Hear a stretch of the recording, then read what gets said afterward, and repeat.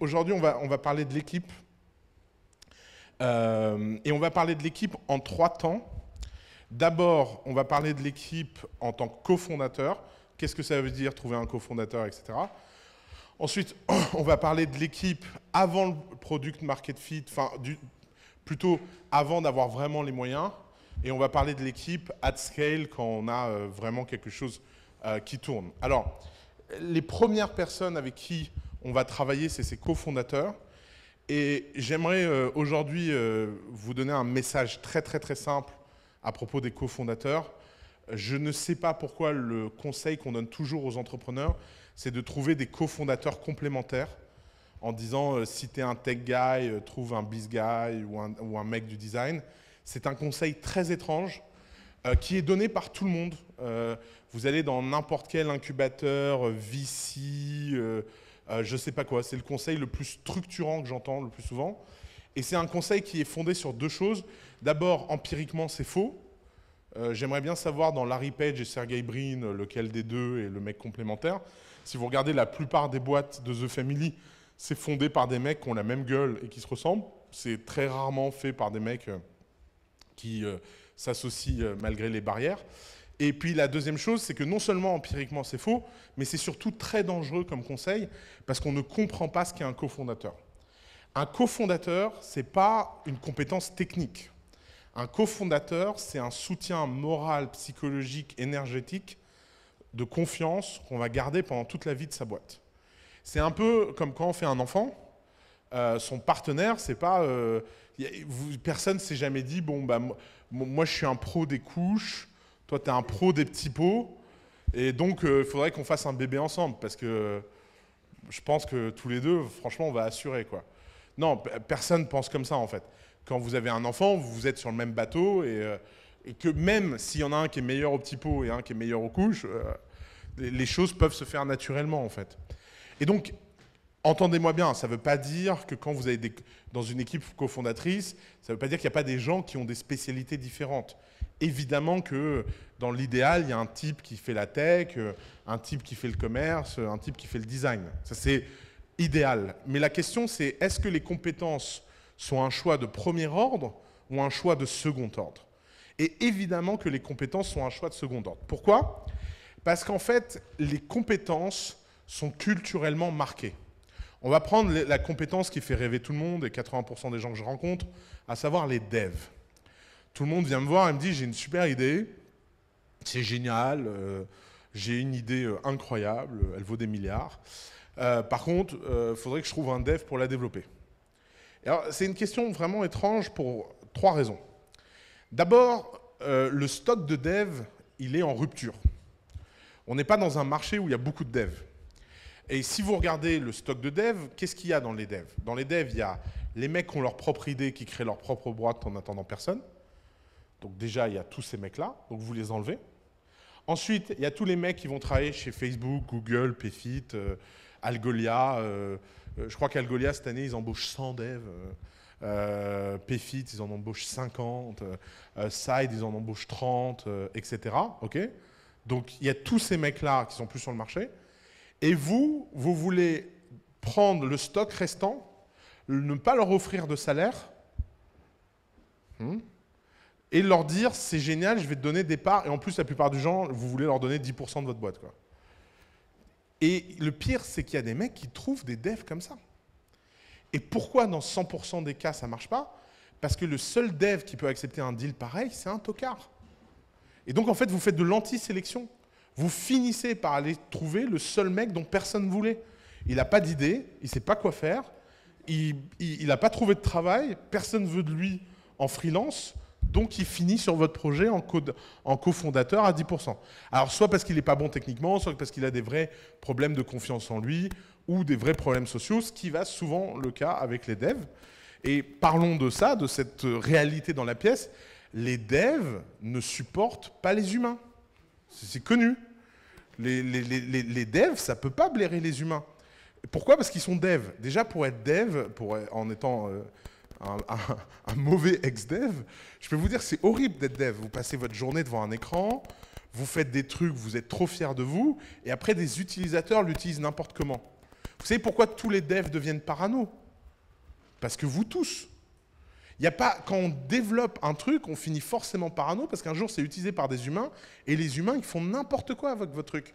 Vous faites un truc où les gens sont censés choisir un chemin et puis là les mecs se disent tiens si je clique là, que je fais ça avec le truc, ah tiens ça marche pas. Ah tu n'y avais pas pensé à ce cas-là hein. Non c'est tellement con que j'y avais pas pensé. Et donc ensuite les devs qu'est-ce qu'ils font? Ils deviennent complètement paranoïaques. Ils essaient de penser à tous les cas. Et ça a des impacts culturels. La personnalité des gens bons en sciences n'est pas la personnalité des gens bons en lettres, qui n'est pas la personnalité des gens bons je sais pas quoi, en physique, qui n'est pas la personnalité des gens bons en musique. Les savoirs ont un impact culturel sur qui vous êtes. Le type de personnalité que vous avez définit le type de compétences techniques que vous pouvez acquérir. Et le type de compétences techniques que vous allez acquérir ont un impact sur le type de personnalité que vous avez.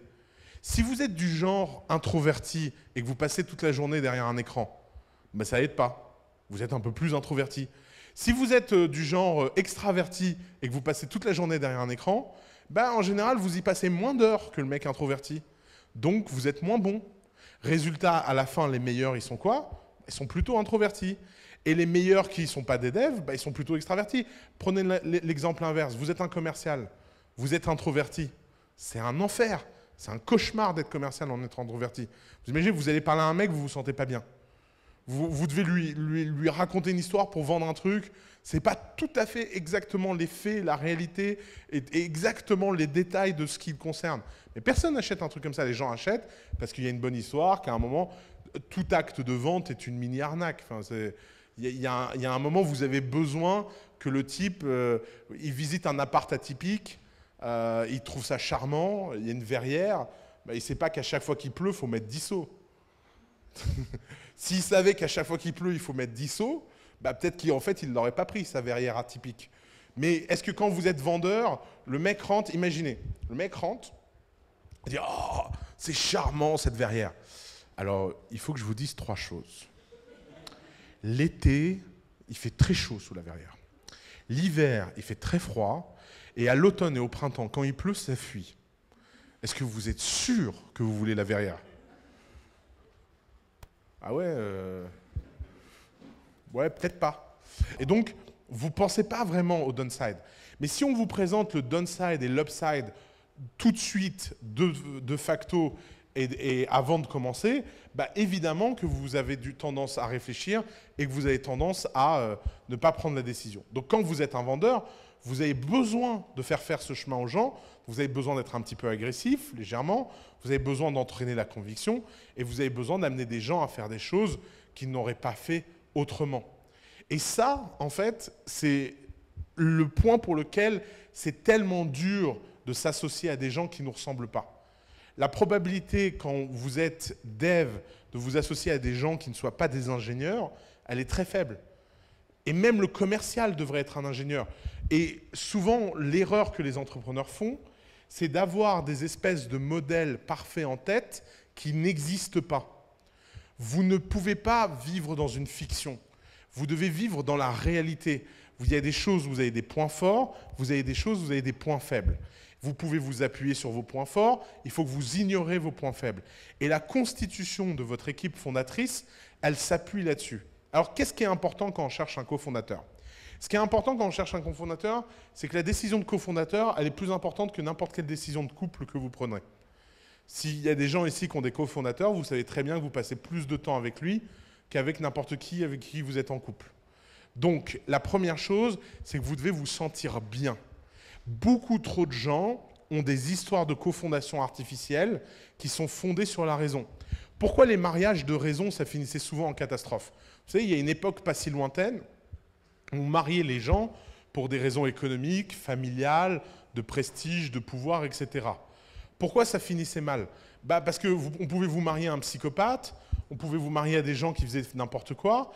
Comme ce n'était pas le critère, on vous demandait, surtout aux femmes d'ailleurs, de la fermer et de supporter. Et pendant des siècles, les mariages de raison ont été la norme. Et puis est arrivé le romantisme contemporain, Roméo et Juliette, Tristan et Iseux. On a raconté aux gens l'histoire qu'il était possible d'être en harmonie avec quelqu'un, de trouver l'amour et d'avoir une vie intéressante. Et bien c'est exactement la même chose avec votre cofondateur. C'est que finalement, by the way, c'est pour ça que j'adore les cofondateurs couples, dédicace, parce qu'en fait, ils ont déjà prouvé que l'essentiel était derrière eux. Tout le monde vous dit « Ah là là, ils sont en couple, c'est dangereux, s'ils rompent… » Bah oui, mais en même temps, s'ils sont en couple et qu'ils rompent, bah, de toute façon, la boîte, elle sautera, autant que s'ils ne sont pas en couple et qu'ils rompent. Et au moins, quand ils sont en couple, quand c'est solide, c'est plus solide. Bon, c'est sûr que quand c'est faible, c'est mort. Mais c'est pas grave, ce qui compte, c'est d'aller pour l'upside, mais pas pour le downside. Donc, vous devez trouver quelqu'un avec qui vous vous sentez bien, avec qui vous avez envie de passer beaucoup de temps. Parce que le secret d'une relation cofondateur réussie, c'est que vous avez vraiment envie de passer tout votre temps avec votre cofondateur. Moi, je peux passer des semaines à rien faire avec Alice et Nicolas.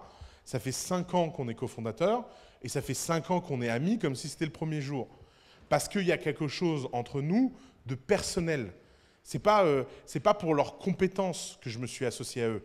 Je me suis associé à eux parce qu'ils ont quelque chose que j'apprécie, ils ont une énergie qui fait que je me sens bien.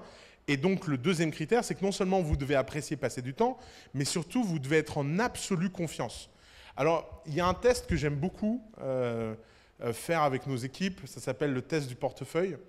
Est-ce que vous êtes prêts à filer pour de vrai votre portefeuille, vos comptes en banque et toute votre vie à votre cofondateur?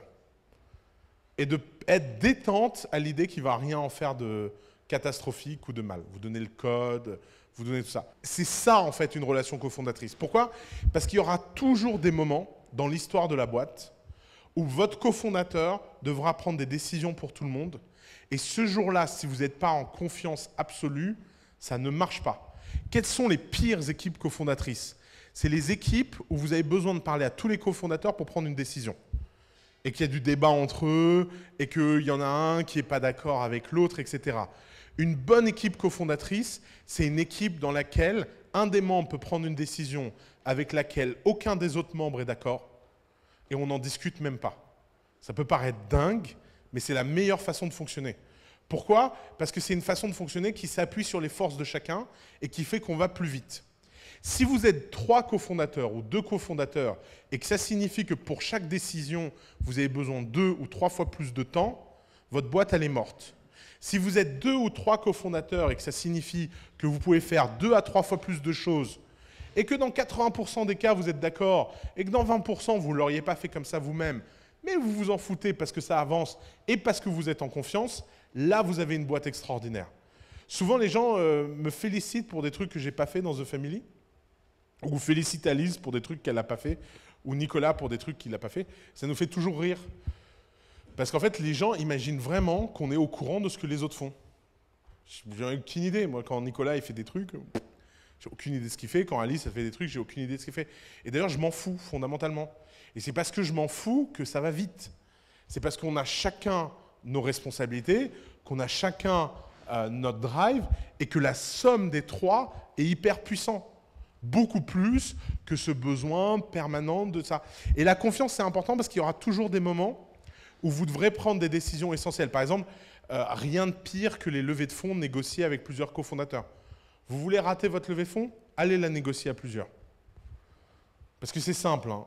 S'il y a 2 mecs autour de la pièce ou 3 mecs, il y en aura toujours un pour jouer contre les autres. Il y en aura toujours un pour être plus froid que les autres. Il y en aura toujours un pour dire la bêtise que les 2 autres n'auraient pas dit et de donner en fait des cartes infinies aux cofondateurs. D'ailleurs, c'est pour ça que tous les investisseurs disent « venez en équipe ». Ça, c'est un vrai piège, ne tombez jamais dedans. Vous y allez seul. Il y a un responsable de la levée de fonds, il assume, il l'a réussi, il la rate, il la rate. C'est pas grave, vous êtes sur un bateau. Et il y a plein d'histoires comme ça.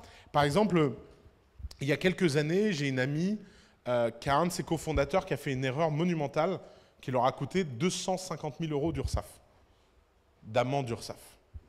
Et évidemment, tout le monde lui a dit « c'est une honte, il faut que tu vires machin, c'est une erreur inacceptable ». Et elle a dit « ok, donc on le vire et il nous rembourse toutes les fois où il nous a fait gagner 250 000 €. » Ok, je ne me suis pas occupé de ce sujet. C'était sa responsabilité. Il a foiré. Est-ce que si j'avais contrôlé ce qu'il faisait, Il n'aurait pas foiré? Sans doute, peut-être que je l'aurais vu, peut-être que je ne l'aurais pas vu. Mais quel est le coût de faire ça à chaque fois? Eh bien, le coût de faire ça à chaque fois est bien supérieur au downside d'assumer qu'un de vos cofondateurs, un jour, fera une connerie qui coûtera très cher. Parce qu'on ne peut pas éviter les conneries. On finit tous par faire des conneries. Et ce qui est important, c'est pour ça que la confiance, c'est le socle des cofondateurs, c'est que si vous êtes en confiance, vous avez l'impression de trouver ce qui ne va pas. Alors, quel est le problème? Le problème, c'est que comme ce n'est pas fondé sur la compétence, et que la compétence c'est un critère de second ordre, il y a le sujet de l'inégalité entre le CEO et les autres. L'avantage d'être CEO d'une boîte, c'est que c'est un boulot flou. CEO, personne ne sait vraiment ce qu'ils font. Ils peuvent ne rien faire et être utiles quand même. C'est la beauté d'être CEO. Si vous êtes CTO, ce n'est pas possible. Si vous êtes le cofondateur CTO, vous avez besoin d'être le meilleur dev.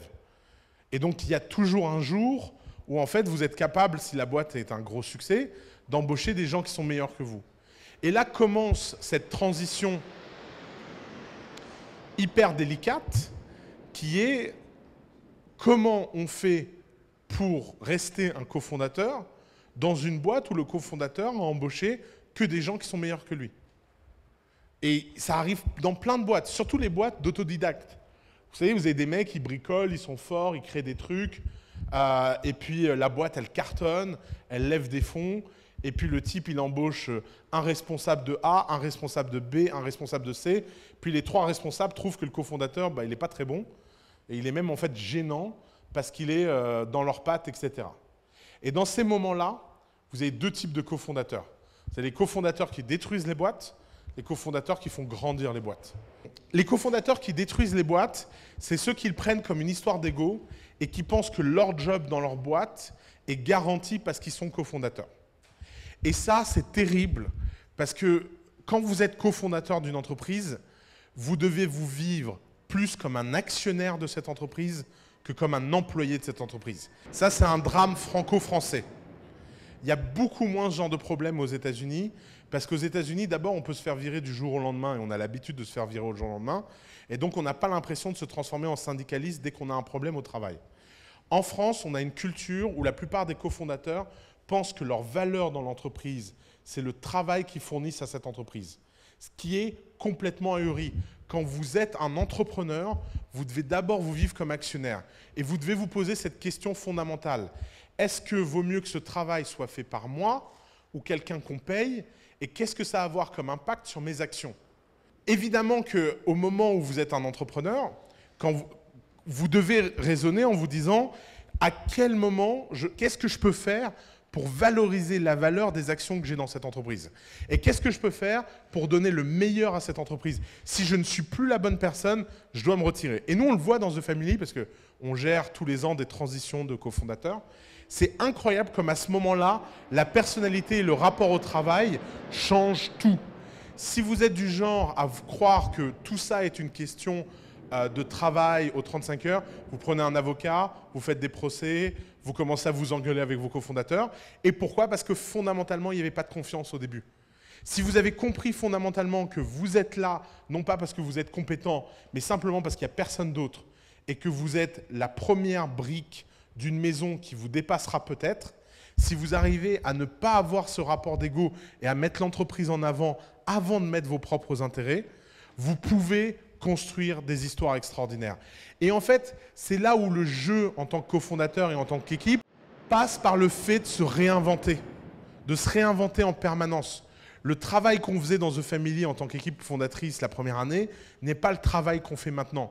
Mais il faut apprendre à être en transition, à donner le meilleur de soi-même, à obtenir des nouvelles choses, à apprendre de nouvelles choses, à être toujours dans l'apprentissage, parce qu'il y a des choses que personne d'autre que le fondateur peut faire. La représentation publique, c'est quelque chose qu'un fondateur incarne toujours mieux que n'importe quel employé. Le fait d'être capable de recruter des gens, d'être le RH. Le RH, ça devrait être un rôle des cofondateurs quand les boîtes ont du succès. Par exemple, un des trucs que j'explique souvent aux CTO qui se font dépasser, ok, tu as maintenant un VP Engineering qui est meilleur que toi, arrête de coder, arrête de faire semblant que tu es un bon dev, La preuve, tu en as embauché 10 qui sont meilleurs que toi. Mais par contre, va convaincre les 10 meilleurs devs de rejoindre ta boîte. Parce qu'il n'y a rien de plus impactant qu'un cofondateur qui passe 2 heures pour convaincre quelqu'un de rejoindre une boîte. Et pourtant, les gens préfèrent déléguer ce genre de fonction en disant « Oh, ben c'est le rôle de je sais pas quoi » et garder des fonctions opérationnelles qui ne devraient pas être leur rôle. Si vous raisonnez en tant qu'actionnaire et pas qu'en tant qu'employé, vous voulez faire les actions qu'aucun employé ne peut faire. Et donc, tout le sujet et toute la question, c'est comment vous faites pour suivre ces rôles-là. Et ça marche mieux quand au début, il y avait une grande entente, une grande complicité, un grand amour entre les cofondateurs. Et beaucoup trop d'équipes, moi je le vois à The Family, il y a tellement de gens qui apply, vous leur dites mais comment vous vous connaissez? Ah, on se connaît depuis 3 mois, on s'est rencontré à un meet-up, meet your co-founder, il est trop fort en code. Et alors, moi, by the way, j'adore les non-devs qui parlent des devs. C'est une grande passion dans ma vie, ça. C'est écouter un non-dev parler d'un dev. Puisqu'en général, il dit des trucs qu'il croit trop impressionnants, mais le mec dev sait qu'il est en train de se faire arnaquer. Récemment, il y a un mec qui me dit « Ouais, le mec, il est trop fort, il a travaillé à la NASA sur des simulations, et maintenant, il fait le front-end de mon site internet. » T'as déjà vu une interface de la NASA? Moi, je ne ferais pas confiance. Hein. Je me sens pas rassuré. Et en fait, le mec était stagiaire à la NASA pendant 3 semaines. Enfin, c'est classique, cette histoire, en fait. Pourquoi? Parce que les non-devs ne savent pas juger les devs. Donc, moi, je conseille souvent aux gens business de leur dire « Faites des business où le corps n'est pas le dev. » Et aux gens dev, faites des choses dont le corps est le dev. Allez là où vous êtes fort. Appuyez-vous sur vos points forts. Pensez leverage, pensez asset. Vous êtes le premier asset de la boîte. Vous êtes le premier actif de la boîte. Vous êtes sur quoi tout le reste va se construire. Et donc, il y a des choses que vous allez comprendre et il y a des choses que vous n'allez pas comprendre. Vous voulez, par exemple, prenons une équipe comme Side. 3 HEC et un dev. Pourquoi ça cartonne? D'abord parce que le dev, il n'était pas réellement dev. Avant d'être dev, il a fait plein de trucs. Et donc, il est devenu dev sur le tard en faisant 42. Donc, ça, c'est une situation idéale. Et les mecs qui ont fait HEC, ils ont appris à coder, ils ont appris à designer, ils ont appris à faire du produit. Et donc, il y a une cohésion d'équipe incroyable. D'ailleurs, si vous regardez leur gueule aux 4, là, ils se ressemblent.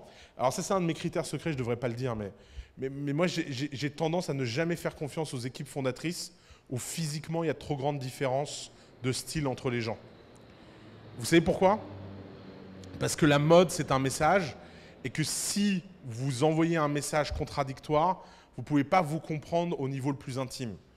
S'il y a un mec super dans la mode et un mec pas du tout dans la mode, et ils s'associent ensemble, ça ne s'appelle pas une association. Ça finit toujours mal, c'est évident. Parce que ça veut dire qu'ils n'accordent pas la même importance à quelque chose de très intime. Ça peut paraître complètement dingue, vous allez vous dire, mais le type, il est complètement fou, mais en fait, on devrait choisir un cofondateur comme ça. Et on devrait assumer que son cofondateur a des problèmes et des manquements techniques qui seront remplacés par les employés. Et c'est ça la différence entre un employé et un cofondateur. C'est même pas une histoire d'equity, by the way. Il y a des gens qui donnent beaucoup d'equity à des employés. Par exemple, souvent, récemment, il y avait quelqu'un qui me disait « mais on ne va pas donner tant de pourcentage à quelqu'un ».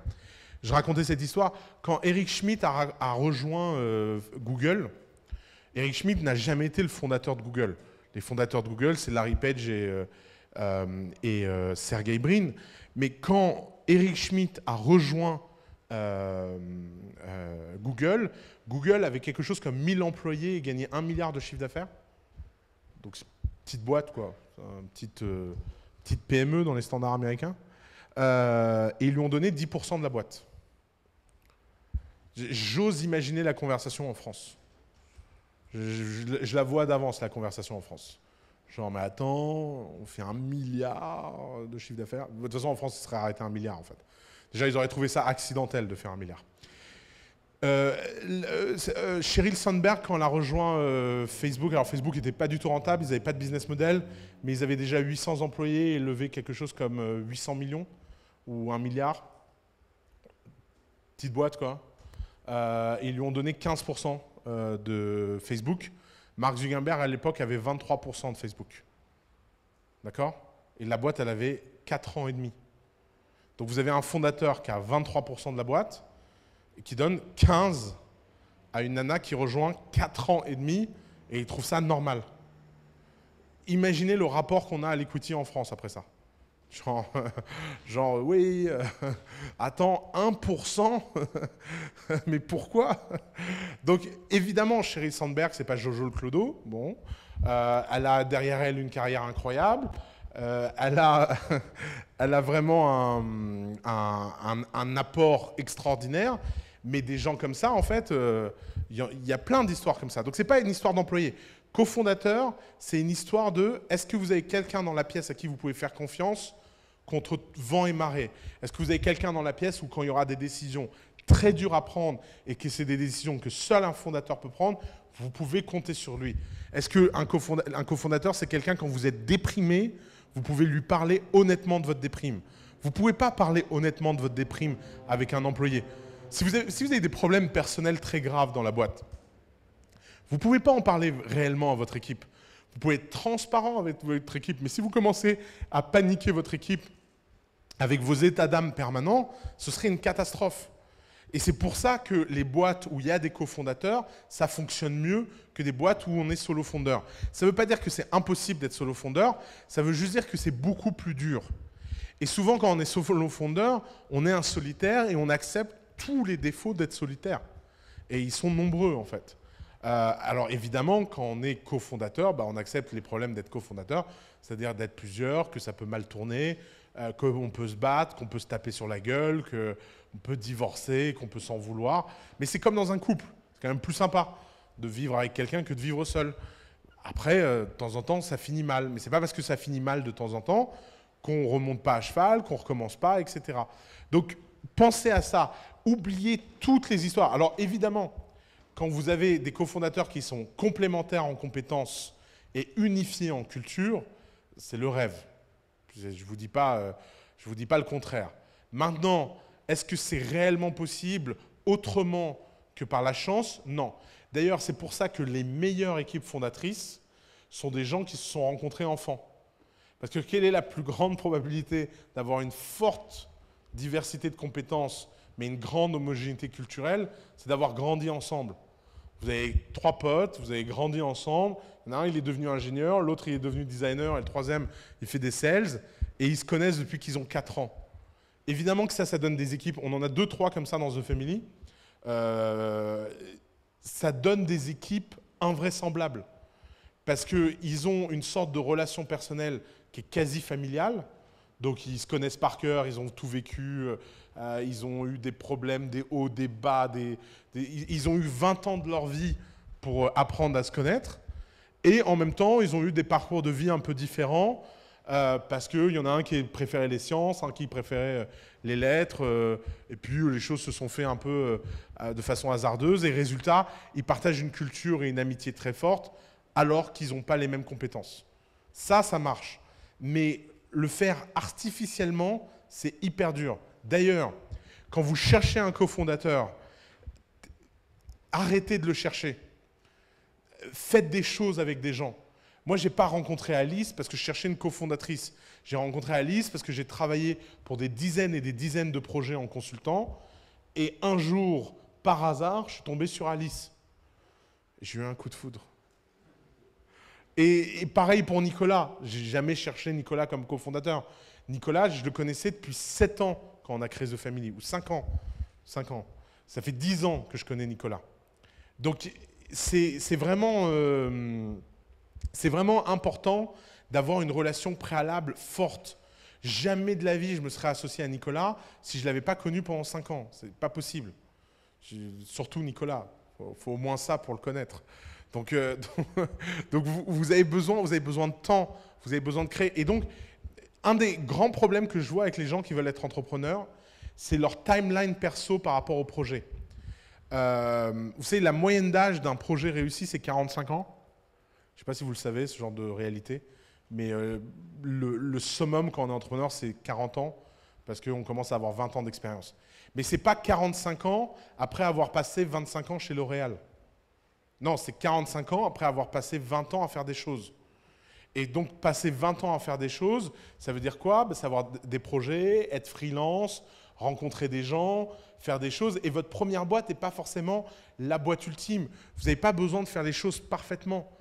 Vous pouvez être solo fondeur, faire une boîte, avoir des employés, la vendre, ensuite vous associer avec un mec que vous avez rencontré pendant un dîner, faire des choses ensemble, ensuite ça ne marche pas, construire autre chose. La vie est longue.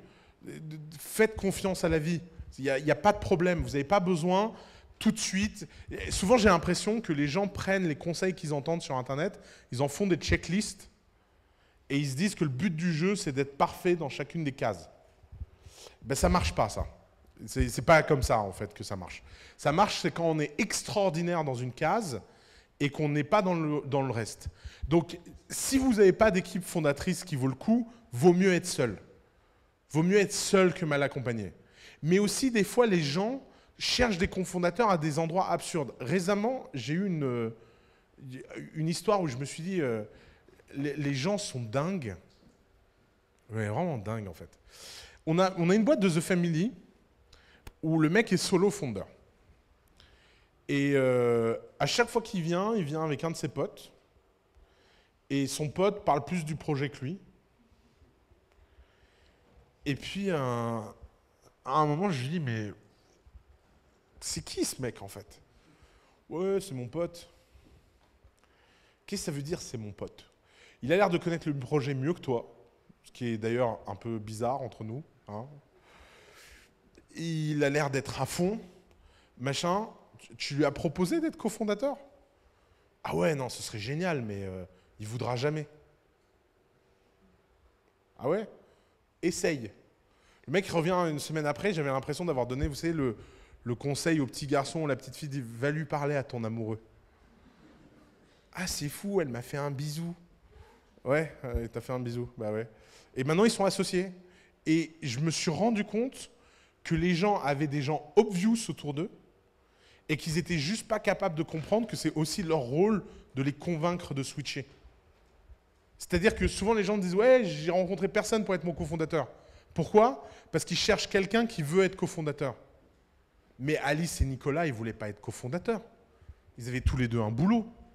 C'est moi qui, à un moment, ai dit « On arrête de déconner, on fait un truc ensemble, les gars ». Vous avez quand même à un moment besoin de quelqu'un qui aligne les gens.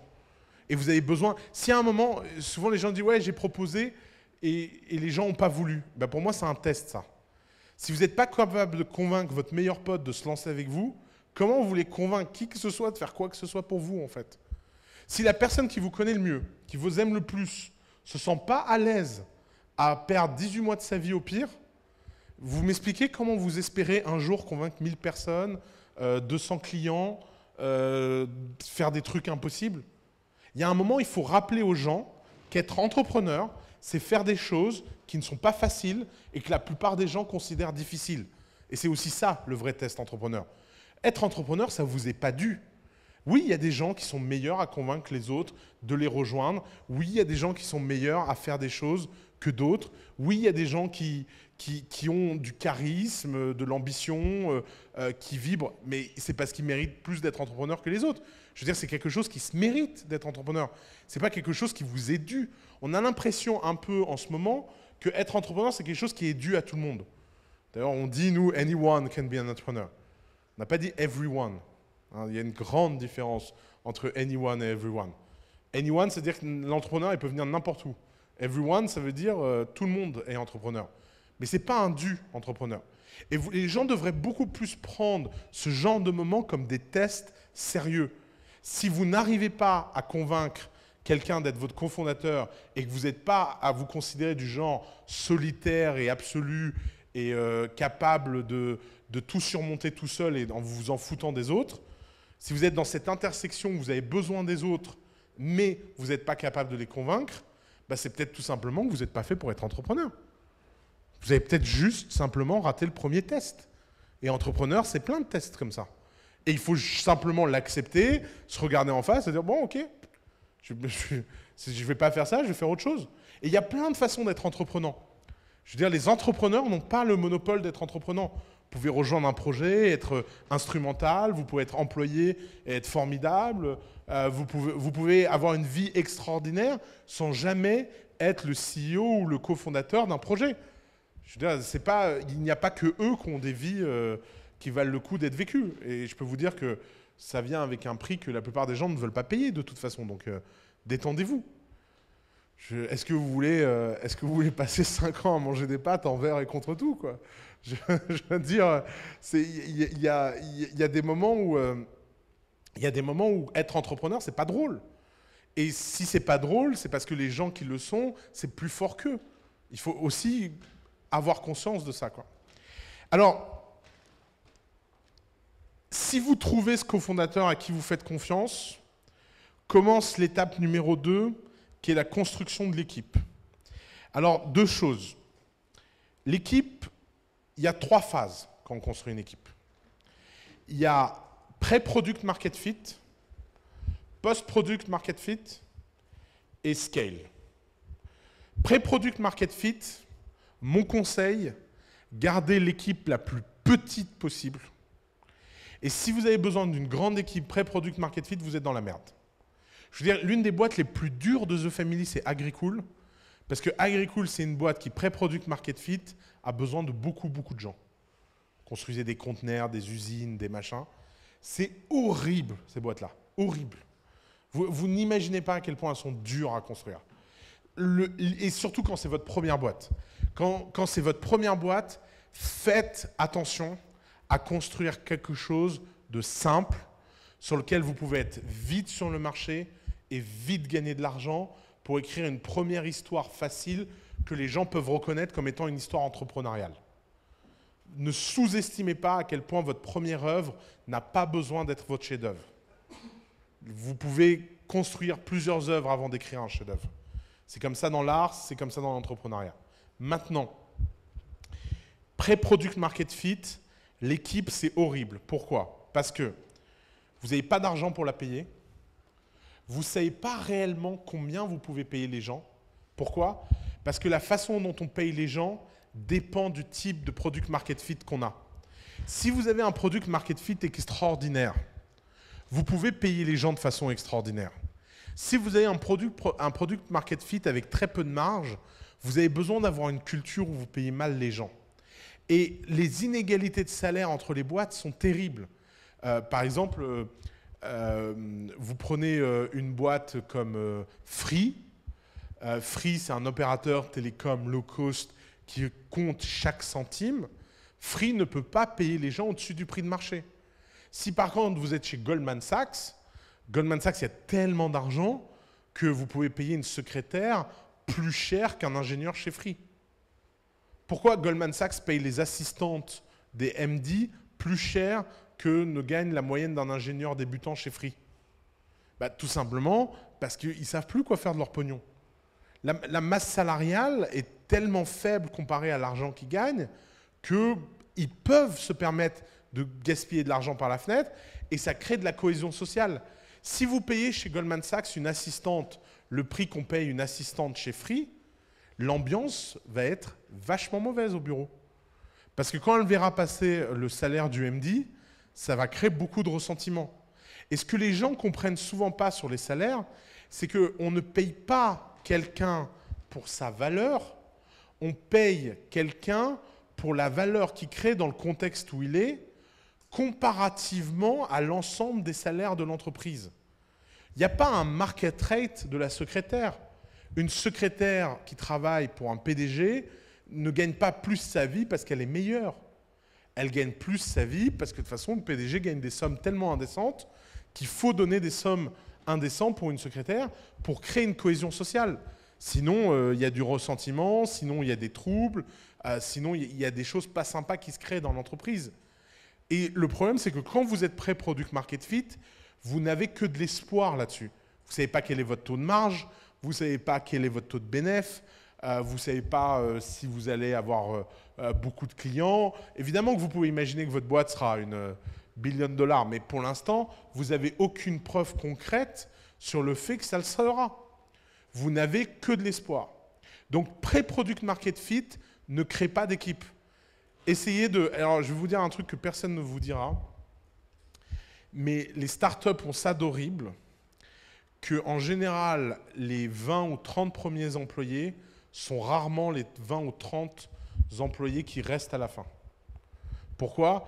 Parce que comme elles sont assez peu attractives en termes de talent, les gens les plus brillants et les plus compétents rejoignent rarement ce genre de start-up. Les gens brillants et compétents, ils ont des opportunités dans des start-up beaucoup plus grosses.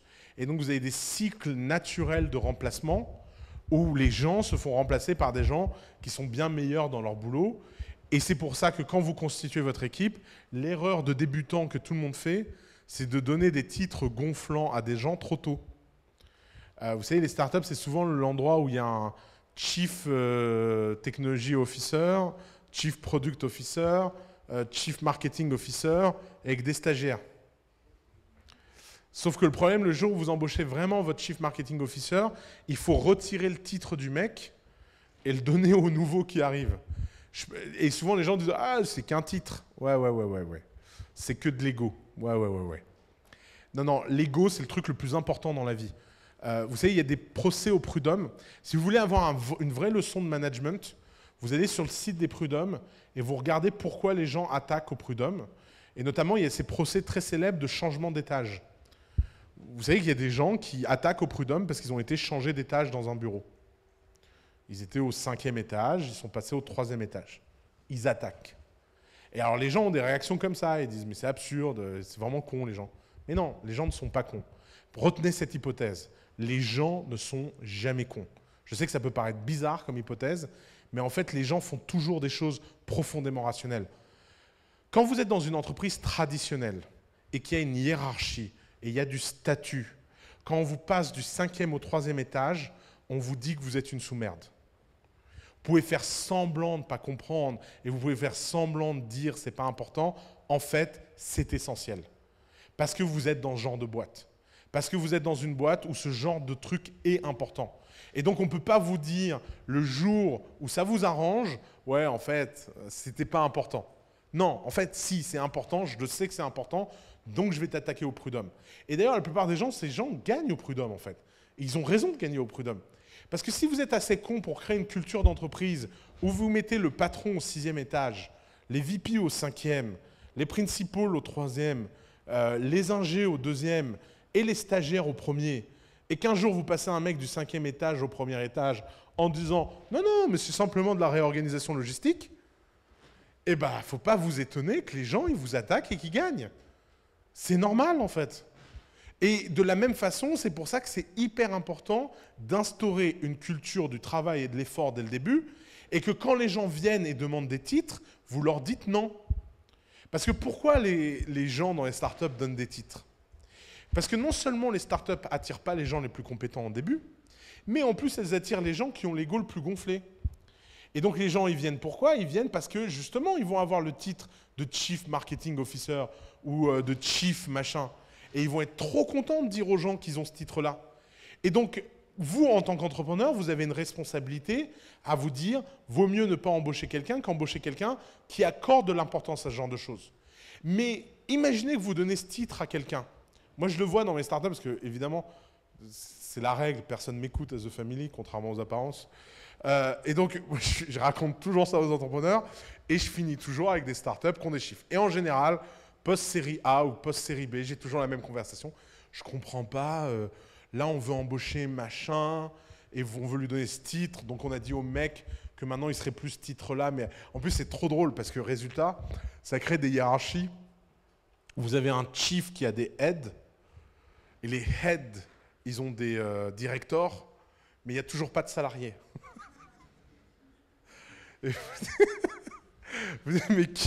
Mais qui dirige quoi en fait? Et donc le mec dit oui, j'ai proposé à notre chief marketing que maintenant il serait head of marketing, il est vexé comme du poisson pourri. Pourtant, on savait bien que c'était pas important. Parce que les gens ils disent c'est pas important, vous savez comment? Donc ça donne un truc comme ça, l'entretien d'embauche. Donc voilà, on pensait t'embaucher au marketing. Ah oui, mais ce sera quoi mon titre? Bah, je sais pas, le titre que tu veux. Ah ouais, d'accord. Non, mais parce qu'en fait, moi, je pensais que c'était un poste de CMO. Oui, bah, c'est un CMO, mais bon, Bah, c'est pas important. Oui, oui, c'est pas important. Voilà, définition de c'est pas important. Et puis 2 ans plus tard, vous retirez le titre au mec et le type dit ah, quoi? Mais c'est une honte, ça fait 2 ans que je suis là, le mec est arrivé depuis une semaine. Ouais, mais le mec, il a 20 ans d'expérience. Il était Chief Marketing Officer dans une boîte où il y a 400 personnes. Toi, tu étais Chief de 3 stagiaires. Donc en fait, non. En fait, tu vas lui donner le titre. Ouais, bah, je démissionne.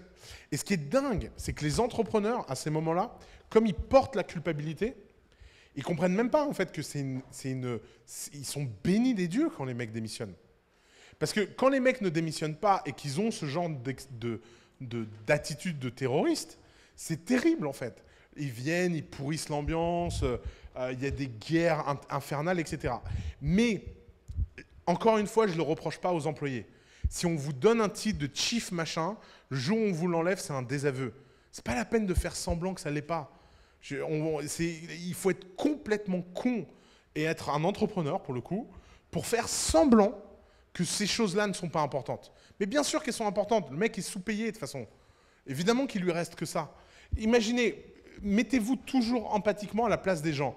Les gens, ils ont des potes qui gagnent 2 fois mieux leur vie qu'eux. Qu'est-ce qu'ils ont besoin de dire pour ne pas passer pour des cons? Ben, qu'ils ont des responsabilités. Ces responsabilités, ça s'incarne dans quoi? Dans un titre. Et au moment où la boîte marche, vous leur enlevez le seul truc qu'ils ont eu pendant 2 ans.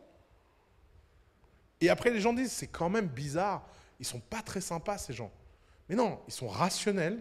Ils sont parfaitement rationnels. Et en fait, le con dans l'histoire, c'est toi. C'est l'entrepreneur. Parce que le jour où il y a eu le dialogue, par exemple, nous, on l'a tout le temps, ce dialogue à The Family. Les gens, ils viennent et disent « Ah, je vais être directeur ». Je leur dis toujours la même chose. Vous verrez, les titres à The Family, ça va mourir de rire. Je leur dis, soit tu inventes un titre que personne ne comprend, et ça, tu as le droit.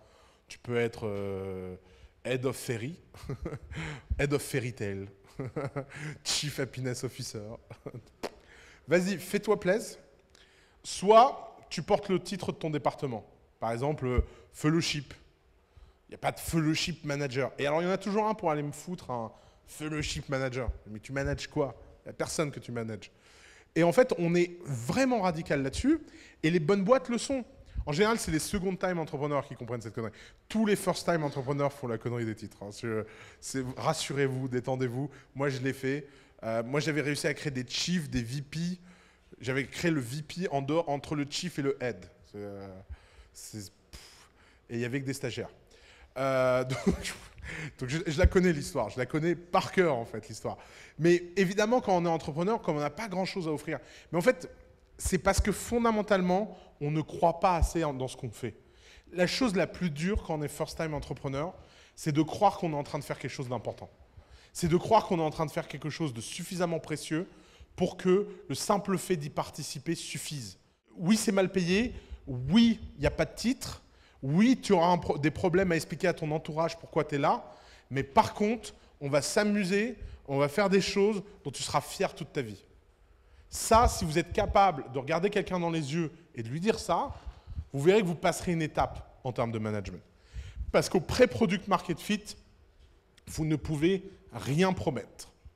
Ensuite, il y a l'équipe post-product market fit. Alors là, créer une équipe, c'est un enfer, parce que maintenant, tout le monde sait objectivement ce que votre boîte vaut, et vous avez un désalignement terrible entre le fait que vous voulez consacrer un maximum de moyens à la croissance et que les gens veulent avoir un maximum de reward de court terme. Et c'est le moment le plus conflicté entre les entrepreneurs et les employés. Pourquoi? Parce que pré-product market fit, tout le monde a travaillé dur pour un espoir. Là, maintenant, l'espoir, il est concret, l'argent, il rentre, et la question, c'est comment on répartit cet argent. Est-ce qu'on consacre cet argent pour aller chercher plus de croissance, ou est-ce qu'on consacre cet argent pour rewarder les gens qui sont là pendant la phase d'avant? Alors, 3 outils. Outil numéro 1, l'hypertransparence. Beaucoup trop d'entreprises, en 2018, pensent qu'on est encore en 1980. Et by the way, beaucoup trop d'entrepreneurs expérimentés donne des conseils aux jeunes entrepreneurs sans savoir qu'il y a eu un shift de génération terrible en termes d'ambiance. Vous appartenez à une génération qui ne supporte pas le manque de transparence et qui ne supporte pas être pris pour des cons. L'histoire des hommes d'affaires MEDEF, années 80, qui gagnaient des millions en se faisant passer pour des pauvres avec des chaussettes trouées dans Paris Match, vous connaissez cette histoire? C'est la grande mode dans les années 80 de tous les PDG qui étaient pris en photo dans Paris Match, c'était d'avoir des trous dans leurs chaussettes pour faire homme du peuple. Et oui, c'est la génération de nos parents, les gars. Enfin, et les mecs osent venir nous donner des leçons. Résultat, ils n'ont pas compris, en fait, que fondamentalement, les gens ont demandé de la transparence, du respect, et que comme l'information, elle est maintenant transparente, vous pouvez toujours comparer l'argent que vous faites avec l'argent que les autres font. Par exemple, Glassdoor est un très bon site pour ça. Et puis, il y a des listes anonymes de salaires, et vous avez tous des potes, et maintenant, demandez par texto ou par WhatsApp à un de vos potes combien il gagne dans une entreprise pour un poste équivalent. L'espoir que vous avez en tant qu'entrepreneur de pouvoir aller arnaquer vos salariés, elle est proche de zéro. Donc, l'hyper-transparence est hyper importante. Il n'y a pas d'autre façon de le dire. Et toute info que vous voulez cacher, je peux vous garantir que quelqu'un la connaîtra. Notamment, moi, mon truc le plus drôle, c'est les fondateurs qui cachent leur salaire. Parce que quand une boîte est post-product market fit, c'est le moment où les fondateurs commencent à avoir des vrais retours sur investissement en termes de salaire. Il faut savoir que maintenant, les fonds d'investissement ont compris que sous-payer les entrepreneurs, ce n'était pas bon pour la boîte. Que bien payer un entrepreneur une fois que le product market fit est là, c'est plutôt agréable, que le mec, il n'a plus de problème à la maison, et qu'à un moment donné, il est hyper important que les gens soient à l'aise financièrement pour pouvoir donner le meilleur d'eux-mêmes. Bon, le problème, c'est que les fondateurs, ils augmentent leur salaire, mais ils augmentent le salaire de personne d'autre, et ils espèrent que ça ne se saura pas. Et qu'est-ce qui se passe dans 100% des cas? Eh bien, ça c'est. Parce qu'il y a toujours un document sur la Dropbox qui traîne, il y a toujours une nana à la compta qui va parler à un mec qui est l'assistant du patron et qui va l'apprendre et qui machin. Où il va toujours se passer un leak d'informations et l'entrepreneur ce jour-là sera dans la situation où il aura cassé la confiance avec son équipe. Donc l'hyper-transparence, c'est hyper important. Ensuite, le deuxième outil, c'est que si vous êtes transparent, vous devez expliquer le plan et vous devez mettre 100% des gens de votre équipe dans un plan très concret sur combien ils gagnent, pourquoi ils le gagnent, comment ça va monter et comment c'est lié aux résultats de l'entreprise. Et vous devez sortir des logiques de bonus et rentrer dans des logiques de montée des coûts en même temps que la montée des revenus. Et vous devez vous mettre d'accord avec l'équipe sur quel est le pourcentage qui va à la croissance et quel est le pourcentage qui reste pour récompenser les gens qui ont déjà travaillé pendant longtemps. Et si vous n'êtes pas capable de faire ce travail-là en cohésion, alors attention, ce n'est pas une démocratie, ce n'est pas un vote, c'est faites quelque chose qui est fair, expliquez-le, et les gens qui ne sont pas contents, il faut leur faire prendre la porte. Mais au moins, vous avez un plan précis sur lequel les gens peuvent s'appuyer et ils peuvent se positionner, je suis content, pas content, et si je ne suis pas content, ben, je peux aller faire autre chose de ma vie. Et alors ça, c'est hyper important, que ce soit les employés ou les entrepreneurs, il faut arrêter de se comporter comme si on était des ouvriers dans les Vosges. C'est un truc que je ne comprendrai jamais en France, que ce soit les cofondateurs qui partent des boîtes ou les employés qui se font virer, il y a une espèce d'ambiance où on est tous des ouvriers dans les Vosges, du textile, et si l'usine ferme, on ne retrouvera jamais du travail. Si vous avez moins de 40 ans, que vous êtes dans une start-up et que vous êtes compétent, votre employabilité, normalement, elle est au top. Donc, s'il y a un endroit où vous n'êtes pas content, bah, vous arrêtez de faire chier les gens, vous partez, vous trouvez un endroit où vous êtes plus content. Parce que cette espèce de truc où vous êtes en permanence dans la lutte, l'emphase, la râlerie et je ne sais pas quoi, ça ne marche pas. Mais c'est vrai aussi pour les entrepreneurs. Moi, je n'ai jamais compris comment les entrepreneurs en France peuvent supporter d'avoir des gens dans leur équipe qui ne sont pas d'accord avec leurs décisions. Il y a un mec qui n'est pas d'accord avec vos décisions stratégiques ou vos positionnements et tout, vous lui montrez la porte. Et vous payez ce qu'il faut payer pour lui montrer la porte. On n'arrête pas de dire aux entrepreneurs c'est impossible de virer en France. Non, c'est impossible de virer gratuitement en France. Mais il y a un moment, c'est un cost of business. Il y a un mec dans votre équipe, il faut lui donner 6 mois de salaire pour qu'il parte, mais vous lui donnez 6 mois de salaire et vous passez à autre chose dans votre vie. C'est quoi cette espèce de truc? Si quelqu'un est dans votre équipe et ne supporte pas votre stratégie ou n'est pas bon, c'est qui le responsable? C'est vous en tant qu'entrepreneur.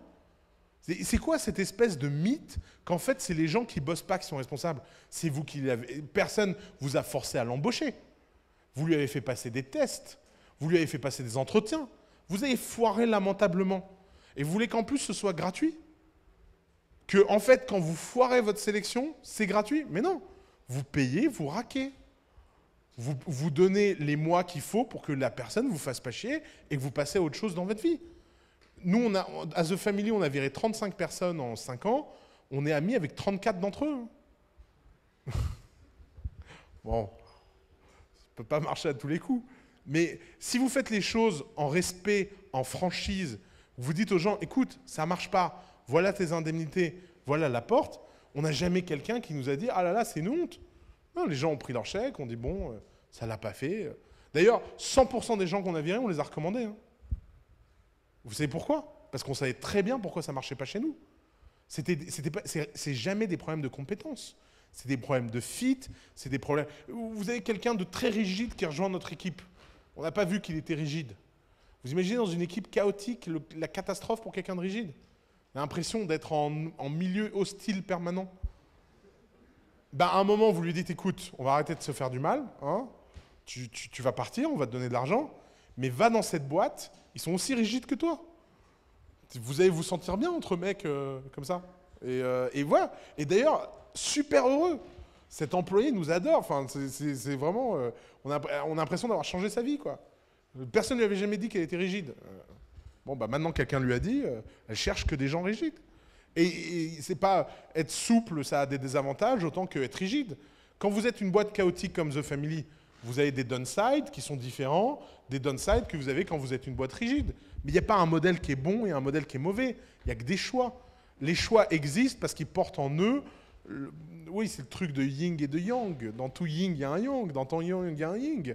C'est la même chose. C'est que vous avez besoin d'un équilibre où à chaque fois que vous choisissez quelque chose, vous devez payer les conséquences de ce que vous n'avez pas choisi. Donc, deuxième règle, mettez en place des plans de rationalisation des rémunérations et d'explication concrète de qui est payé quoi, pourquoi, comment, et mettez quelque chose en place qui est cohérent. Ça ne sert à rien d'essayer de... Alors, by the way, les 3 erreurs qu'on fait tous quand on est entrepreneur la première fois, on négocie les salaires avec les gens. Moi, je ne négocie jamais aucun salaire avec les gens. On fait des offres, les gens, ils prennent les offres, ils les prennent pas, ils les prennent pas. Vous n'êtes pas un marchand de tapis. Si vous faites des offres faire et que la personne ne l'accepte pas, ça veut dire que vous n'êtes pas capable de payer ce qu'elle a besoin. Et si vous n'êtes pas capable de payer ce qu'elle a besoin, elle va dans une entreprise où elle aura ce qu'elle a besoin. Mais vous ne pouvez pas rentrer dans ce jeu-là. Parce que sinon, vous commencez à payer pour le même job des gens à des tarifs très différents. Et quand vous commencez à payer pour le même job des gens à des tarifs très différents, vous n'êtes plus fair. Ça devient inexplicable. C'est un point hyper important. Ensuite, le deuxième sujet fondamental, c'est que... le troisième point, c'est que les histoires de rémunération, c'est dynamique. Vous avez besoin de réévaluer vos politiques de rémunération quand vous êtes Product Market Fit tous les 6 mois. Vous avez besoin de faire des one-to-one avec les gens hyper régulièrement. Et toutes ces histoires de bonus annuels, d'évaluation annuelle de la performance, c'est des trucs de grandes boîtes qui ne s'occupent pas des gens.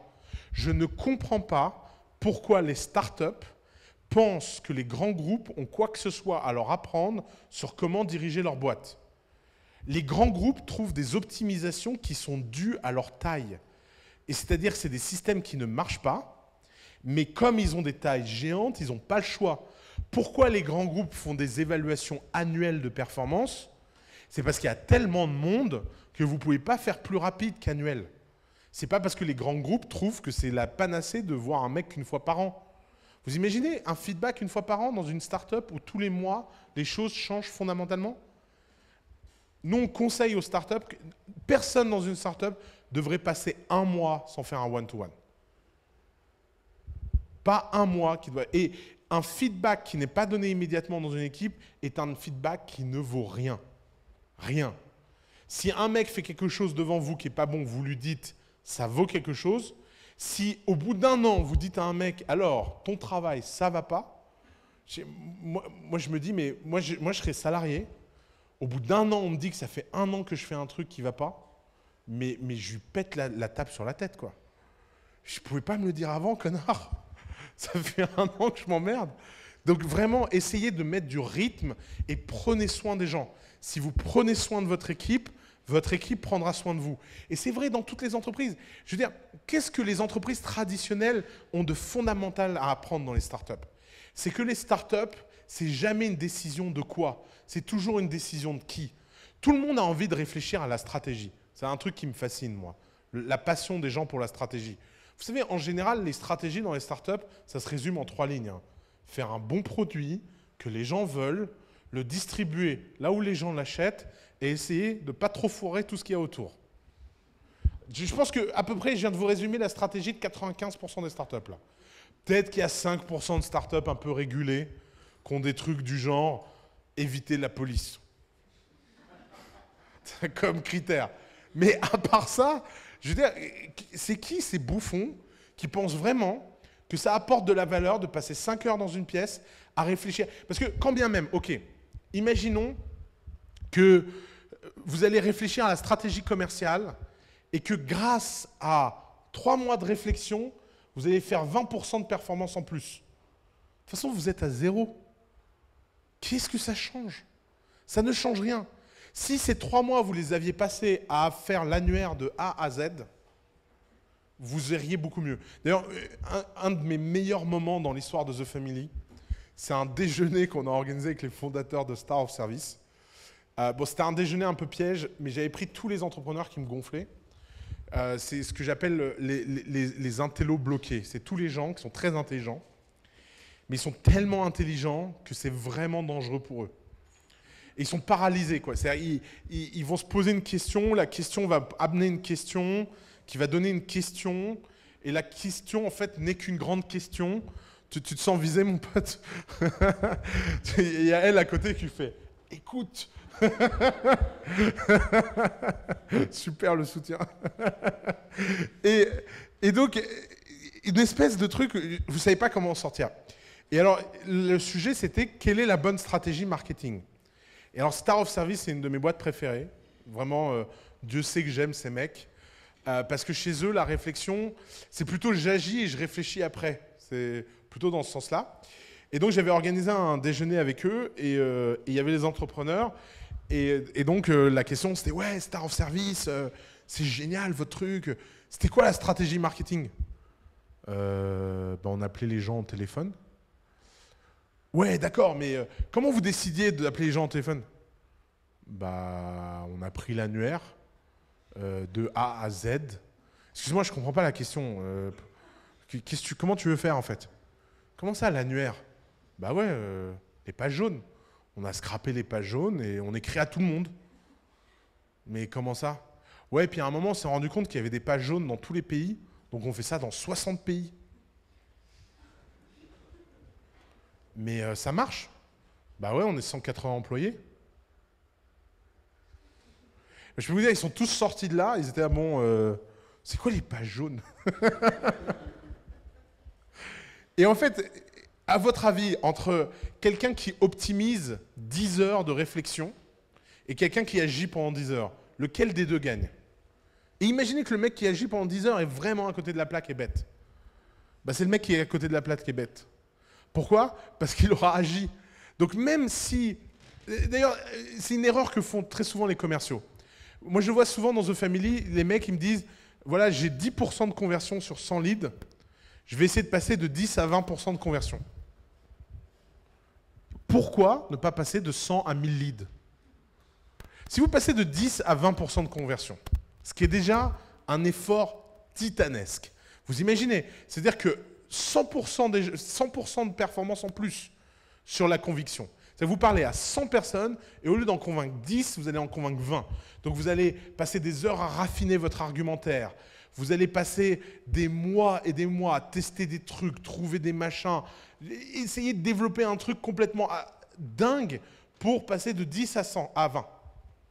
Vous passez de 100 à 1000 leads, vous passez de 10 à 100 clients. 5 fois le résultat de l'autre. Vous n'avez rien besoin de changer. Vous n'avez même pas besoin de réécrire un doc commercial. Et d'ailleurs, vous savez ce qui se passe quand vous passez de 10 à 100 clients? En général, vous savez, les 10% de conversion que vous n'aviez pas, les mecs se disent « Ah putain, il y a tous ces gens-là qui utilisent, moi aussi je vais utiliser. » Et ça se fait tout seul en fait. Et en fait, vous avez des effets réseau qui se produisent. Mais les gens mettent leur effort au mauvais endroit parce que les gens ont tendance à valoriser leur intelligence sur leur action. Et quand vous construisez une équipe, c'est la même chose. Quand vous construisez une équipe, vous avez besoin non pas des gens les plus intelligents et les brillants. Vous savez, il y a un grand malentendu dans les startups sur la notion de A-player. Vous savez, il y a beaucoup de gens qui disent dans les startups, il faut embaucher des A.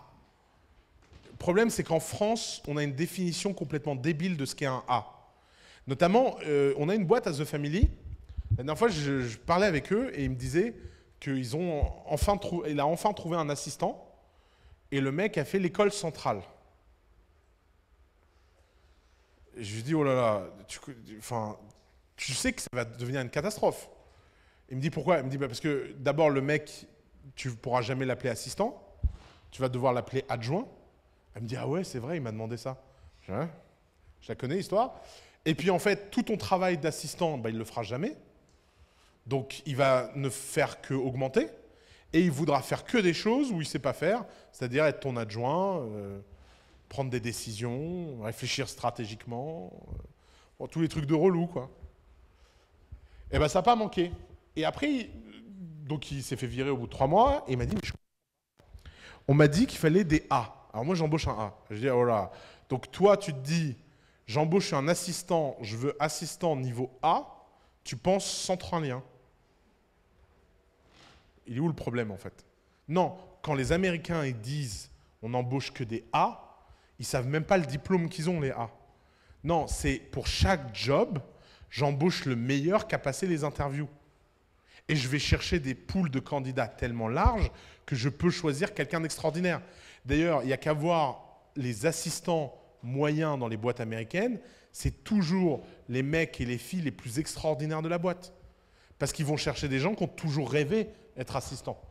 Et on le voit dans tous les films américains, si vous regardez Suits, pourquoi Donna est l'un des personnages les plus intéressants? Parce que c'est une assistante moyenne d'un grand cabinet d'avocats. Parce que dans tous les grands cabinets d'avocats, les assistants sont des gens dingues. Parce que c'est des gens, pendant 15 ans, ils sont super bien payés, ils ont des carrières incroyables, et ils ont toujours eu envie d'être assistants et de donner le meilleur d'eux-mêmes en tant qu'assistants. C'est très anglo-saxon, ça, comme approche. C'est l'idée qu'il n'y a pas de saut métier, et donc il n'y a pas une histoire de hiérarchie de métier. Et on le voit dans la construction des équipes, quelle est l'erreur que tous les entrepreneurs font? C'est de promouvoir des gens à leur niveau d'incompétence. Vous avez un excellent ingénieur, qu'est-ce que vous en faites? Un très mauvais manager. Si vous êtes le meilleur ingénieur, en général, la probabilité que vous soyez le meilleur manager, elle est plutôt décorrélée. De temps en temps, il y a des mecs touchés par la grâce, c'est des ingénieurs incroyables, des managers incroyables, et puis en plus ils sont beaux, fidèles, enfin tout ce que vous voulez. Mais c'est rare. La vérité, c'est qu'en général, plus vous êtes bon techniquement, moins vous êtes bon en tant que manager. Et c'est pour ça qu'il faut décorréler la promotion technique de la promotion ingénieur et manager. Vous devez pouvoir gagner plus d'argent que votre manager, parce que manager, c'est un boulot, ce n'est pas un titre.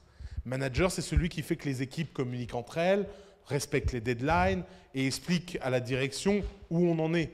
Ce n'est pas un truc hiérarchique. Mais le problème, c'est que comme on en crée un truc hiérarchique, on crée une culture qui va avec, et ensuite on dit à un ingénieur « mais non, tu ne vas pas devenir manager ».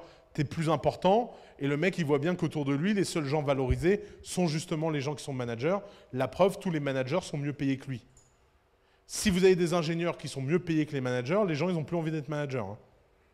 D'un seul coup, les gens, ils disent « ouais, je suis manager parce que j'aime ça ». Ils ne sont pas managers parce qu'ils vont gagner plus d'argent. Vous comprenez? C'est pour ça que la distinction, la culture dans une entreprise, ce n'est pas ce qu'on déclare, c'est comment on paye les gens et comment on promeut les gens. Et arrive le troisième moment de toute entreprise que je vous souhaite, qui est le moment de scale, qui est un moment forcément plus flou pour les gens, plus rare. C'est que si vous avez survécu à cette phase de product market fit, vous avez ensuite des équipes où le plus dur, c'est de tenir contre le spleen. C'est beaucoup plus facile de survivre que de vivre. C'est beaucoup plus facile de motiver les gens quand on est à la guerre, que tout va mal, qu'il y a plein de problèmes à résoudre, que quand tout va bien et c'est le train-train. Et là, il faut faire quelque chose que la plupart des entrepreneurs ne savent pas bien faire, c'est assumer la transition. C'est assumer que les choses ne vont pas être pareilles et que maintenant, les gens ne sont plus les mêmes types de gens. Pour vous donner une image, c'est comme le passage de l'enfance au monde adulte. Quand vous êtes adulte, vous ne pouvez pas réellement définir ce qui fait de vous un adulte. Il n'y a aucun critère objectif qui fait de vous être un adulte, à part le fait que vous choisissiez d'être adulte.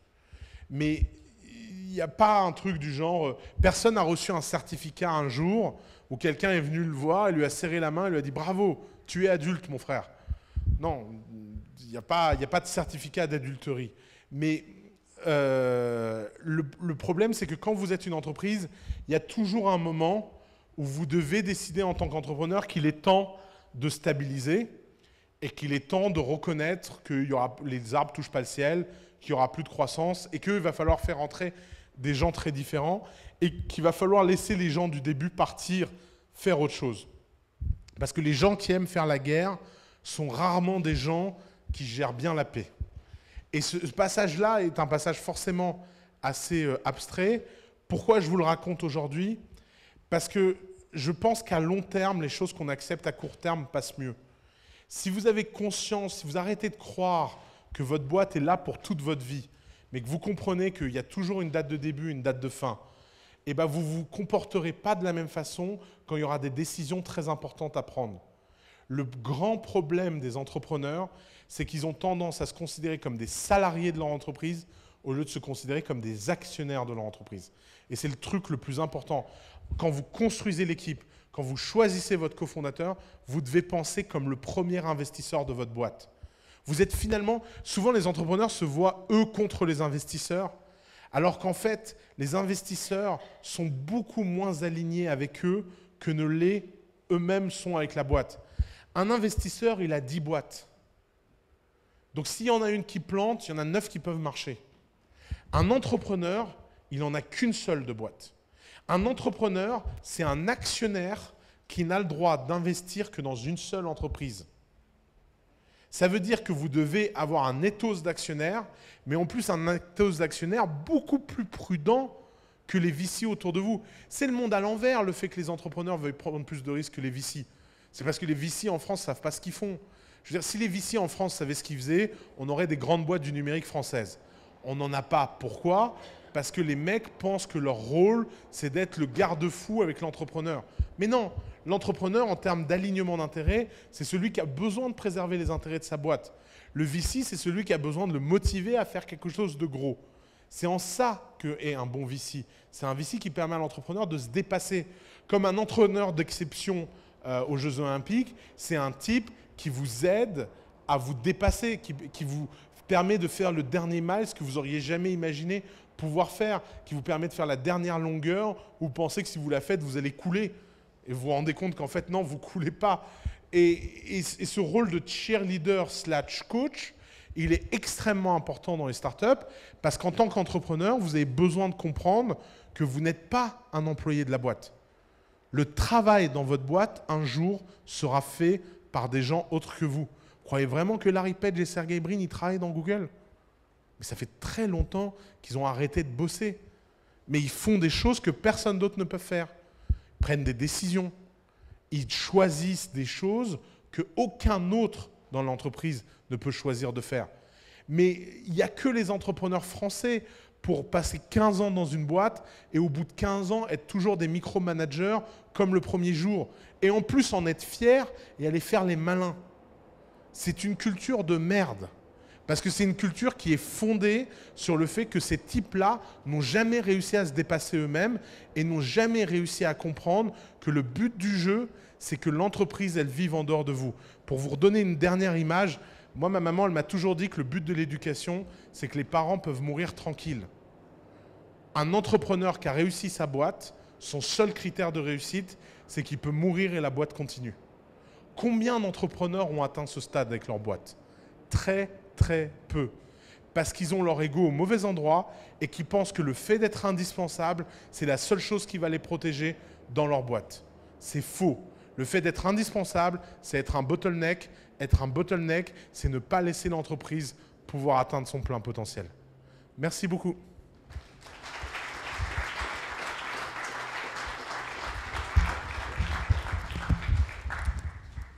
Alors, question. Vas-y, parle fort. Bonjour.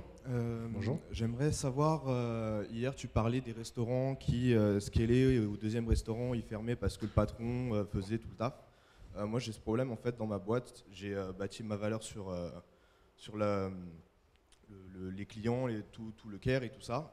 Comment on fait pour scaler du coup ce genre de truc et pas avoir ce problème de fermer à la deuxième ouverture? Eh ben, il faut faire un process de transfert. Il faut prendre le process de transfert très au sérieux. Par exemple, avant, quand les boîtes apply à The Family, elles me rencontraient moi.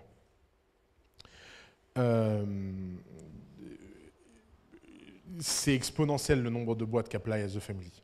Donc en clair, je pourrais maintenant passer ma journée qu'à recevoir les gens qui rejoignent The Family et ne rien faire d'autre en fait. Alors tout le monde m'a dit oui, mais les gens ils viennent pour toi, c'est impossible. Ouais. Mais bien sûr. Le truc, c'est que comment font les gens habituellement pour déléguer un truc comme ça? Bah, du jour au lendemain, ils créent une équipe, ils disent maintenant c'est plus moi, c'est eux, bon courage. L'équipe, c'est catastrophique, évidemment, parce que c'est pas toi.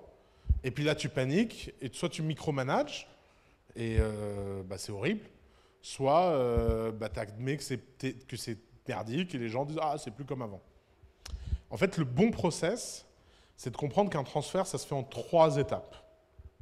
En étape numéro 1, il faut commencer à le faire non plus de façon artisanale, mais en réfléchissant à c'est quoi le process et c'est quoi les critères. Par exemple, moi j'ai commencé à me dire, ok, pourquoi lui, je lui ai dit oui ou non. Commencer à vraiment essayer d'être explicite là-dessus dans ma propre tête. Ensuite, le deuxième process, tu embauches une équipe avec qui tu le fais en permanence. C'est-à-dire que tu embauches 2 ou 3 personnes et tu fais avec eux comme tu le faisais avant, mais tu fais 100% des rendez-vous avec eux. Et moi, j'ai été pousser le vice jusqu'à leur présenter tous les entrepreneurs qui avaient été sélectionnés dans The Family et leur faire revivre leur entretien de sélection.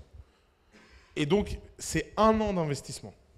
Et au bout d'1 an, tu viens à un rendez-vous, tu les laisses faire un rendez-vous sur 4 tout seul, puis un rendez-vous sur 2, puis 3 rendez-vous sur 4, puis plus aucun rendez-vous. Et tu as fait un vrai passage de témoin.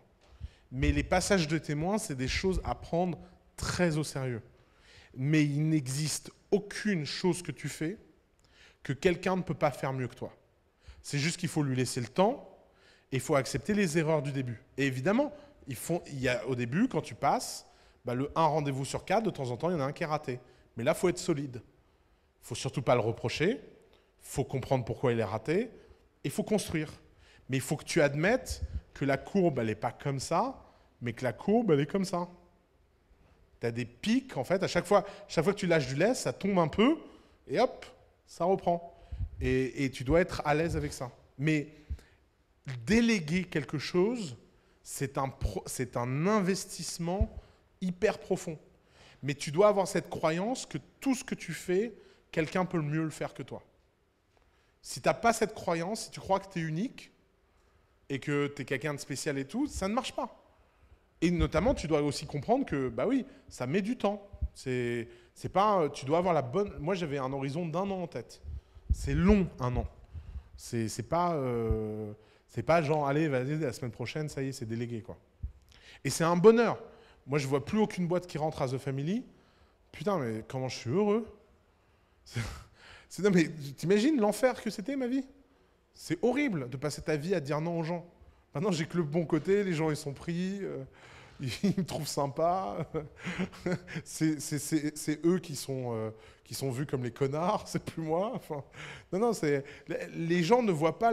En fait, si tu perçois la beauté de la délégation et tu vois la joie que ça va te procurer, le process devient aussi plus simple. Il faut vraiment avoir cet horizon en vue de voir ça comme une libération. Question. Ouais. Bonjour, merci à votre conférence. J'aimerais savoir aussi la question de la culture, mais culture de l'entreprise. Comment The Family qui a construit votre culture, comment pour construire la culture de l'entreprise et par où au début pour éviter les problèmes et les erreurs après. Les questions de culture d'entreprise, en fait, la culture d'une entreprise, ça se construit pas, ça se subit. Et ça se subit par les gens que tu embauches. La culture de ton entreprise, en général, c'est les 10 premières personnes que tu embauches. Si tu fais bien ton travail sur les 10 premières personnes de ton entreprise, la culture sera assez évidente.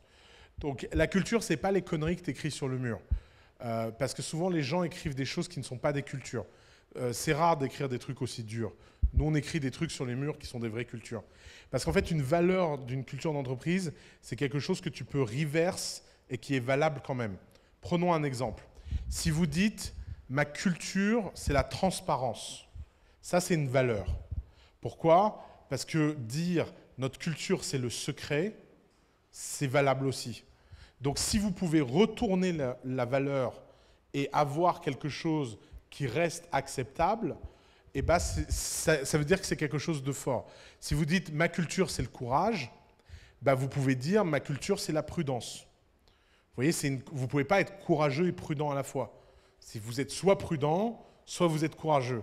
Vous espérez qu'un mec qui gère une centrale nucléaire est plutôt du côté prudent que du côté courageux.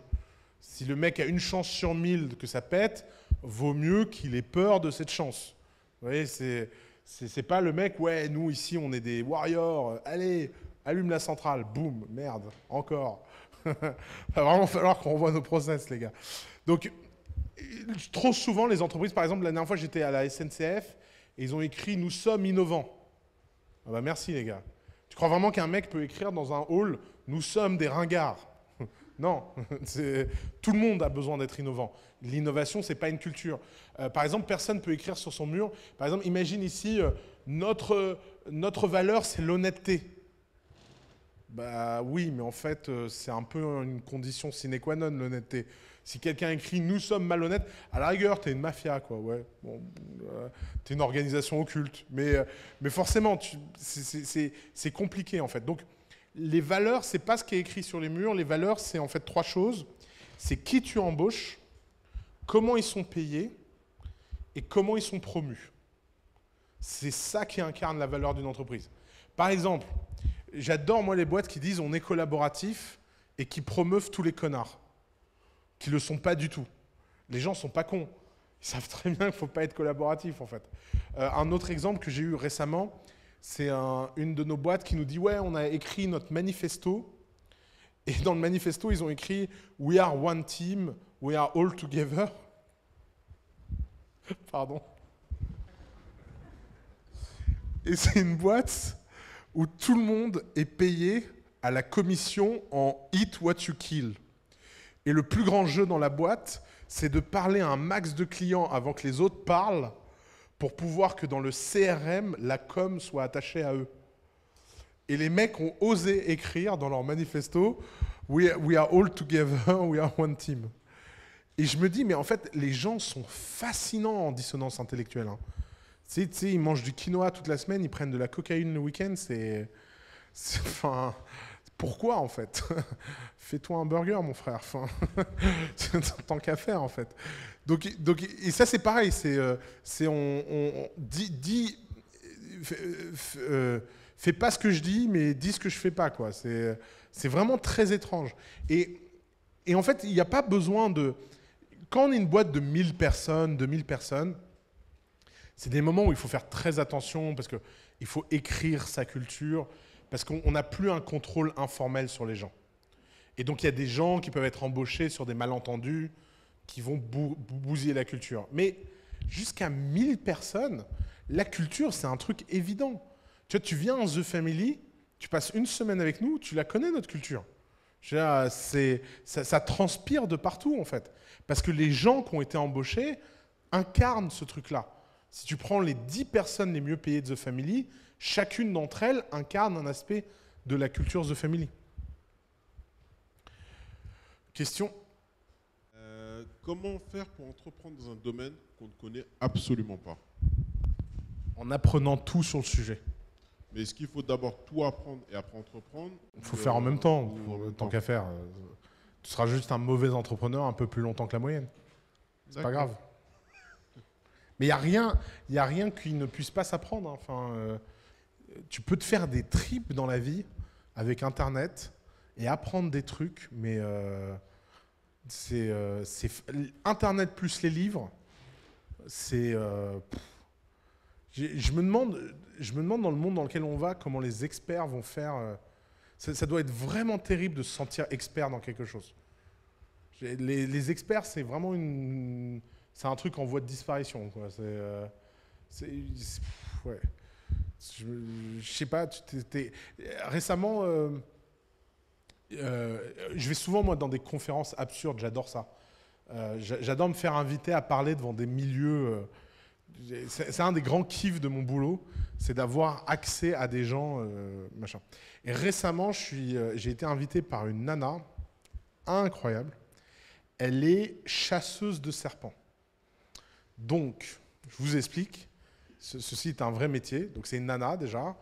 Elle en jette. Franchement, elle en jette. Et donc, elle vous montre des vidéos où en fait, elle va dans la jungle, elle va au fin fond du monde et elle travaille pour l'industrie pharmaceutique où elle récupère des venins de serpents rares. Et donc, comment on récupère le venin d'un serpent?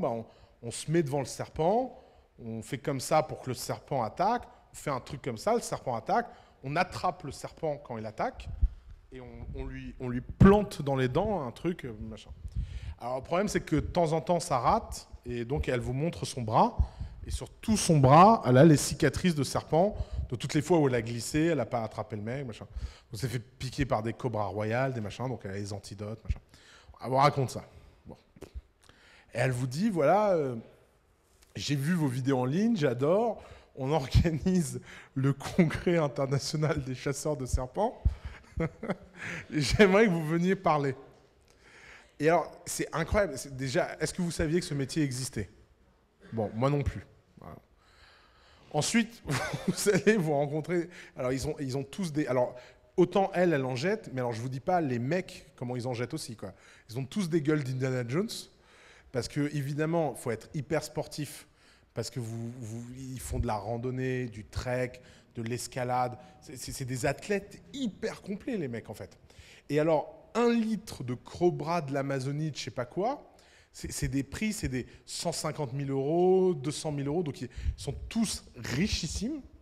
Et bah oui, faut y aller. Quand elle te montre la vidéo où elle attrape un anaconda et elle chope le venin de l'anaconda, tu comprends que ça vaut un peu d'argent, quoi. Tu te dis, ouais, c'est un truc.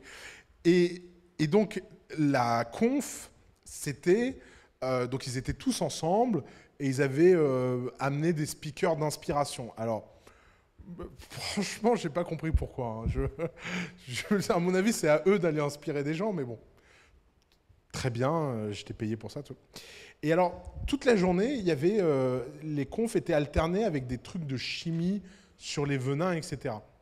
Et à chaque fois qu'il y avait un mec qui faisait une presse, c'était assez obscur. C'était des trucs de chimie du genre Cobra rencontre cafard, formule chimique de je sais pas quoi, donne ça. Et il n'y a pas un mot chimique que j'ai cherché qui n'avait pas une page Wikipédia. Et je me suis dit, putain, Internet, quoi. Vous vous rendez compte, c'est quand même dans le genre marché de niche, les mecs spécialistes des venins. Et ben les mecs se sont dit, on va aller écrire des pages Wikipédia sur les formules chimiques des venins de serpents avec les formules de bivalence, de tétravalence et de machin. Et j'ai passé une journée trop drôle, quoi. J'ai appris plein de trucs en chimie des serpents. Et d'ailleurs, j'avais très peur des serpents.